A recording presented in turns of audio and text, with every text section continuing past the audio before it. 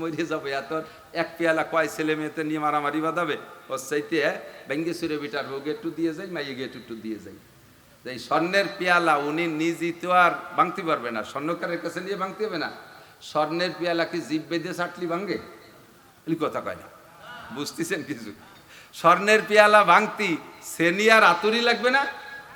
তো স্বর্ণের পেয়ালা যখন স্বর্ণকারের দোকানে এনেছে, লোক বাজারে, আরে জীবন ভরে শুনছি সোনার পেয়ালা, সোনার পেয়ালা, আজকে সেই জমিদার সোনার পেয়ালা নিয়েছে, আজ দেখে যা, সবাই সোনার পেয়ালা দেখতেছে, খুব একটু আতেরে দেখতেছে। আর ওই স্বর্ণকারের দোকানে লোহার আতুর, স্বর্ণকারের দোকানে লোহার হাতুড়ি, তার কেজি এলো 90 টাকা।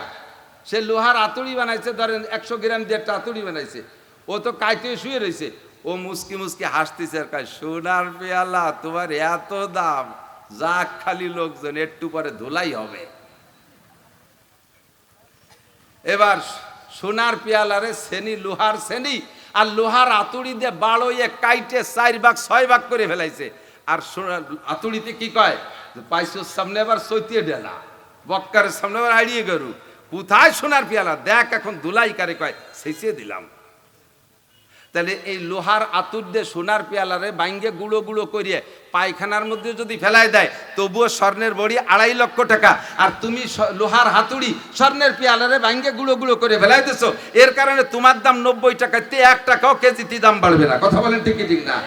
ছাত্র হওয়ার, তুমি নেতা হওয়ার, ক্যাডার হও, বড় বড় দামি দামি মানুষে ঘুষিতে চিত করে ফেলাই দাও, হুজুরে বক্সিং দিয়ে ফেলাই দাও, আর হুজুরির নামে লেহে চিত করে উল্টোই ফেলাই দাও, তাতে তোমার দাম লোহা 90 টাকার চেয়ে 1 টাকাও কেজিতে বাড়বে না। আর যত বড় হুজুরেই মারো, হুজুরে মারিয়ে পায়খানা জেলখানার মধ্যেও যদি দাও, আল্লাহর রহমতে তার ভরি 2.5 লক্ষ টাকা। জজ সাহেবরে মারিয়ে ঘুষিতে ফেলাই দিছো, এর কারণে তোমারে জজ বানাইয়া উনারে চাকরিতে ছুটাই দেবে, তা দেবে না। হেড স্যাররে ঘুষিতে চিত করে ফেলাই দিছো, এর জন্য তুমি ছাত্ররে হেড স্যার বানাইয়া হেড স্যাররে ছাত্র বানাই দেবে, তা না। তোমারে স্কুলের থেকে বহিষ্কার করবে, হেড স্যার তার জায়গায় জায়গায় থাকবে। কথা বলেন ঠিক ঠিক না? মেম্বার তার জায়গায় জায়গায় থাকবে, চেয়ারম্যান তার জায়গায় জায়গায় থাকবে, আরে মুরব্বী মুরব্বীর জায়গায় থাকবে। তুই যে একটা জারোর সন্তান হারামজাদা, ওই ডাইরেক্ট হারামজাদা নইলে ইনডাইরেক্ট হারামজাদা, এটা আমরা বুঝতে সক্ষম হয়েছি। ইমামে আবু হানিফা এরকম বড় বড় মানুষকে আল্লাহ তাআলা এলেম দিয়ে এটা কুদরতি কম্পিউটার বানায় দিয়েছে, তারা এভাবে মানুষ বাছাই করে ফেলতেন। इत्तिबाए अबू हनीफा की सनद जिंदा में है, शाफी होता है जो घर से निकल जाने के बाद। ইমাম শাফি, সেকেন্ড ইমাম শাফি, সে মাসলা বলে নিজের এলাকায় টিকতেই পারে নাই, হিজরত করে আরেক দেশে চলে যাওয়া লাগছে, এলাকায় থাকতেই পারে নাই। পরীক্ষা, এটা কি পরীক্ষা? যে যেমন স্বর্ণ তার পরীক্ষা তেমন। এরপরে इत्तिबाए अबू हनीफा की सनद जिंदा में है, शाफी होता है जो घर से निकल जाने के बाद, उंगलियां जब सल हो जाए मालिकी होता है यो। ইমাম মালিক রহমাতুল্লাহ কিতাব লিখতে লিখতে লিখতে লিখতে হাত এখানে প্যারালাইসিস হয়ে গেছে। কি দরকার ছিল আল্লাহর? সেই আল্লাহরই কোরআন হাদিস লিখতেছে, আল্লাহর কোরআন নবীর হাদিস লেখলো, তাহলে তার জীবন ভরে হাত খান ভালো থাকবে। আমার গড়ডাঙ্গার চৌমনি হুজুর রহমাতুল্লাহ আলাইহি হাদিস পড়তে পড়াইতে পড়াইতে কান্নাকাটি করতে করতে জিন্দেগির শেষ দিক, যে প্রায় 20 বছর হাদিস পড়াইছে, শেষের দিক চোখের পাওয়ার শেষ, মুখস্থ হাদিস পড়াইতেন।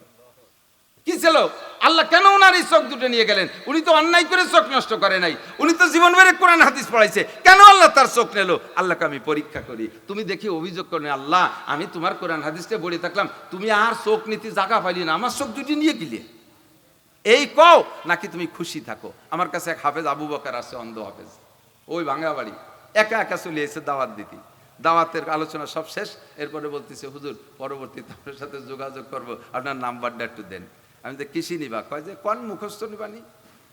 আমি কি কয়, তুই মুখস্থ নিবি কতদিন মনে রাখতে পারবি? কয় সারা জীবন। সারা জীবন থাকলে তো হবে। তাই তো এনে সবক পড়ার মতো মুখস্থ না, কোয়ান একবার। সত্যি আমি একবার বলছি আমার নাম্বার, বলার পরে ওরে আমি ভুলবো বলে এরপরে ফাও গল্প করছি ঘন্টাখানি। শেষে করলাম, কদি আবু বকর আমার নাম্বার কত? 01712859380। আমার সে মুখস্থ তার বেশি। আমি বললাম যে এইরকম মেধা শক্তি। কয় যে হুজুর দুটো চোখ আল্লাহ নিয়ে গেছে, আব্বা মা সন্তান স্ত্রী কেউকে দেখতে পারিনি, এ দুঃখ থেকেই যায়। তবে চোখ দুটো নিয়ে আল্লাহ আমার এমন একটা ব্রেন দিছে, যা শুনি মুখস্থ থাকে, সর্বোপরি আল্লাহর কোরআনটা আমার সিনে ভরে দিয়ে দিছে। হাজার লক্ষ লক্ষ চোখ আল্লাহর কোরআন দেখে পড়তে পারে না, আমার চোখ দুটি নিয়ে আল্লাহ আমার পেট ভরে কোরআন দিয়েছে, কাজে আমি এতে শুকরিয়া আদায় করি। দুনিয়ার কিছু আমি দেখতে চাই না, কিয়ামতে যেন আমি আল্লাহর কোরআনটাকে দেখে একবার পড়তে পারি। তো দোস্ত, আল্লাহ পাক কাকে কি দিয়ে পরীক্ষা নেয় সেটা আল্লাহরই ব্যাপার। হাত পড়ে গেছে হুজুরির, ওই তো হুজুর মাদ্রাসার টাহা মারছে বলে হাত পড়ে গেছে। উনি কি সুমারে টারে না, সাধ্য তেতলিরাটি, উনি সামান্য একটু ঘুষিয়ে টাকা নাড়াচাড়া করে, একটু সুদ খায়, হালকা পাতলা একটু সুদ খায়, তাতে ওনার হাত পড়ে না। ওয়ালানাবলুয়ান্নাকুম, আর ইমাম আহমদ ইবনে হাম্বল রাহমাতুল্লাহ আলাইহি রেশমি কাপড় পুরুষের জন্য হারাম এই ফতোয়া দিয়ে তৎকালীন বাদশার কাছে এমন নির্যাতিত, উনারে পিটাইয়া, জীবিত পিটাইয়া গায়ের চামড়া ছুলে শহীদ করে দিয়েছে। অথচ মাযহাবের একটা শ্রেষ্ঠ ইমাম। আল্লাহ পাক পরীক্ষা দিতে পারে। আপনাকে যদি পরীক্ষা দেয়, রোগ ব্যাধি দেয়, তাহলে কি আমি বিচলিত হব নাকি? কথা বলেন। আপনি মনে করবেন যে আল্লাহ আমারে পরীক্ষা নিয়েছে, আমার পাস করতে হবে, আমার ধৈর্য ধরতে হবে, আমার সবর করতে হবে, কোনো বিচলিত হওয়া যাবে না। সন্তান নিয়ে যাবে, আল্লাহু আকবার, এদিক তাকান, খুব খুব খুব ইম্পর্টেন্ট। হযরত খিজির আলাইহিস সালাম মুসা আলাইহিস সালামের কিসসা শুনেছেন। নদী পার হয়ে উপার গেছে, এর আগের টুক তো গেছেই, একটা বলবো বিদায়, সবটুক বলতেছি না। নদী পার হয়ে কদ্দূর যাইয়ে দেখে এক জায়গায় এই যে ফুলাপান কটা আছে না, ওইরকম কুচো ফুলাপান কতগুলো খেলাধুলা হতেছে। হঠাৎ করে তার মধ্যে সবচাইতে ভালো দেখা যায় একটা সুদর্শন বাচ্চাটা, এর চেহারার ভিতরে নূর টপকায়। ওই ছেলেটারে দৌড়িয়ে ঠ্যাং দৌড়িয়ে ওয়ালের সাথে বাড়ি দিয়ে মাথা ফাটায় মেরি ফেলে দিছে। মুসা আলাইহিস সালাম তো ধৈর্য ধরা মানুষ না, উনি বলতেছেন কতালতা নাফসান বিগাইরি নাফসিন, এই কাজটা কি ভালো করছেন? এই ছেলেটা কি অন্যায় করছে যে খালি খালি তারে মারলেন? কি দরকার ছিল মারা? তো হযরত খিজির আলাইহিস সালাম বলছে, মিয়া তোমরা তো গুড়াইতেই কইছিলাম ইন্নাকা লান তাস্তাতিয়া মাইয়া সবরা, আমার সাথে তুমি সফর করতে চাচ্ছ, থাকতে পারবা না, এই সময় উল্টো পাল্টা করবো আর তুমি ঘন ঘন জিজ্ঞেস করবা, এত ঘন কথা জব দিতে গেলি সেটা সামনে তোমার কতটা বাহির হয়েছে। তো খিজির মুসা আলাইহিস সালাম কয় ঠিক আছে, আর কব না, যদি ফিরে কিছু কই তাহলে থাকবোই না সাথে। উনি নিজেই কন্ট্যাক্ট করছে, ফিরে যদি এরকম কয় হয়ে যায় আমার, তালিমের সাথে থাকবো না। কত দূর যাইয়া ওদের মেরে টেরে চলে গেছে। কত দূর যাইয়া এক এলাকা ভরে দুইজন হাঁটতে হাঁটতে ক্লান্ত হয়ে গেছে। গ্রামের মানুষকে কাছে খাবার চাইছে, আমাদের ছেলে খাবার দেওয়া যায়, কেউ এক লুকমা খাবার দেয়নি। তো ক্লান্ত শরীরে, পেটে ক্ষুধা, দুইজন গাছতলা বসে চিনতে হচ্ছে, দোকানপাটে তো এরকম ছিল না সে সমাজে, কিছু কিনে কেটে খাবে, কি অরবে, কি খাবে। এর ভিতরে দেখা যায় বিল্ডিং একটা 150 হাত লম্বা, 30 হাত উঁচু, কায় তৈয়ে পড়ে পড়ে বা ফাঁসার অর্ধেক নিয়ে গেছে। তো খিজির আলাইহিস সালাম মুসা আলাইহিস সালামরা বলতেছে, ভাই বিল্ডিংটা তো পড়ে যাওয়ার মতো, ধরেন দিয়ে আমরা ধাক্কায় সোজা করে ফেলি। মুসা আলাইহিস সালামের তো এই সময় তো মিজাজ গরম হয়ে গেছে, যেই গ্রামের মানুষ বাদ দিল না তাকে দিলাম কেন সোজা হবো, কিন্তু কলি তো আবার সাথে থাকতে দেবে না। তাই ধরেন সবটি মন খারাপ। দুইজনে ধাক্কা মারছে, এত বড় বিল্ডিং, এই দুইজনের ধাক্কায় সোজা হয়।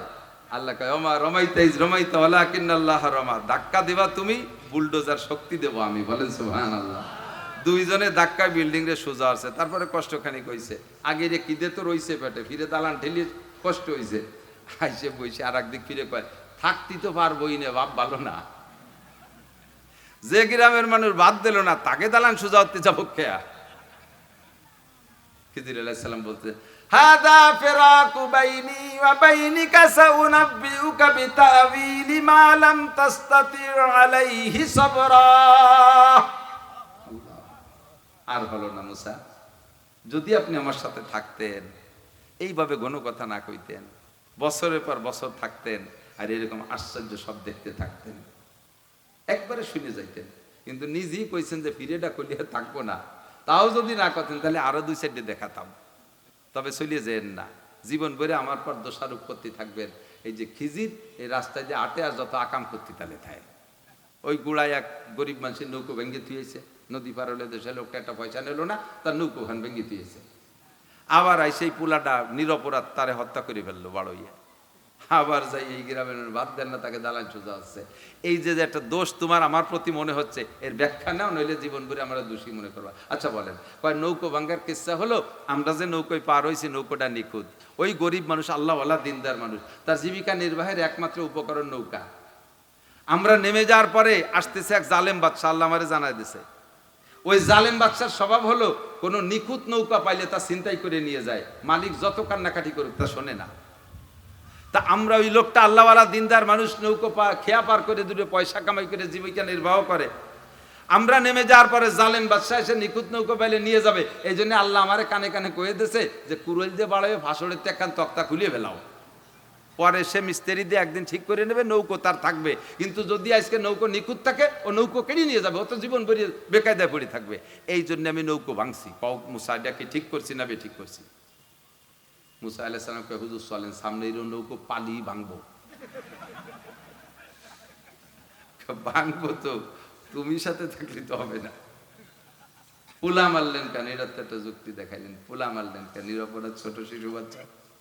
যেটা শোনো, এটা সব আল্লাহ আমার জানাই দিচ্ছে। ওই বাচ্চাটার আব্বা মা আল্লাহ ওয়ালা দিনদার, তারা জান্নাতি, তাদের নামে জান্নাত বরাদ্দ আছে। আর এই বাচ্চাটা এখন নাবালেগ শিশু। আর নাবালেগ শিশু সম্পর্কে বুখারী শরীফের হাদিসের মধ্যে আছে, ওখানের ঘটনা না, আমি বলছি আর এখান থেকে। বুখারী শরীফের 6 নম্বর পারার একেবারে প্রথম হাদিস থেকেই শুরু। বাবু আওলাদিল মুশরিকিন সম্পর্কে শিরোনাম তৈরি হয়েছে যে মুশরিকদের বাচ্চা, মোমেন মুসলমানদের নাবালেগ শিশু বাচ্চারা বেগুনা মাসুম, এরা মারা গেলে জান্নাতি আমরা বললাম। কিন্তু হিন্দু বুদ্ধ খ্রিস্টান কাফেরদের বাচ্চা নাবালেগ থাকতে শিশুকালে মারা গেলে তাদের ফয়সালা কি? তো হুজুর বলেন কুল্লু মাউলুদিন ইউলাদু আলাল ফিতরা, সমস্ত মানুষের সন্তান জন্ম নেয় ইসলামী তরিকার উপরে। ফিতরাত মানে ইসলাম। ইমাম বুখারী অন্য জায়গায় বলে ফিতরা মানে ইসলাম, ইসলাম নিয়ে জন্মগ্রহণ করে। তো সাবালেগ হওয়ার পরের থেকে তার আমলনামা তৈরি হয়, সাবালেগ হওয়ার আগ পর্যন্ত সে ইসলামের উপরই থাকে। বড় হওয়ার পরে বড় হওয়ার পরে তার আব্বা মা তাকে ইহুদ নাসারা খ্রিস্টান বানায়। বাকি নাবালেগ থাকতে সে যদি খ্রিস্টানের বাচ্চা হয়, ও মারা গেলে তাকে ধরে নেওয়া হবে, সে মুসলমানের সন্তানের মতোই বেগুনা মাসুম বিনা হিসাবে জান্নাতি। এবার এই ছোট যে ছেলেটারে মারলাম, ওই ছেলেটা এখন বেগুনা মাসুম, ওরে মারিয়ে দিছি, ও জান্নাতি। ওই ইব্রাহিম আলাইহিস সালামের ছাত্র ওই গাছতলা যে বসে যাবে, ওই মাদ্রাসায় পড়বে, ওখান থেকে সে জান্নাতে চলে যাবে। বাকি এই ছেলেটা যদি বড় হয়, আল্লাহ বলছেন এই ছেলেটা যদি বড় হয়, তাহলে বড় হওয়ার পরে তার স্টার্টিং ঘুরে যাবে।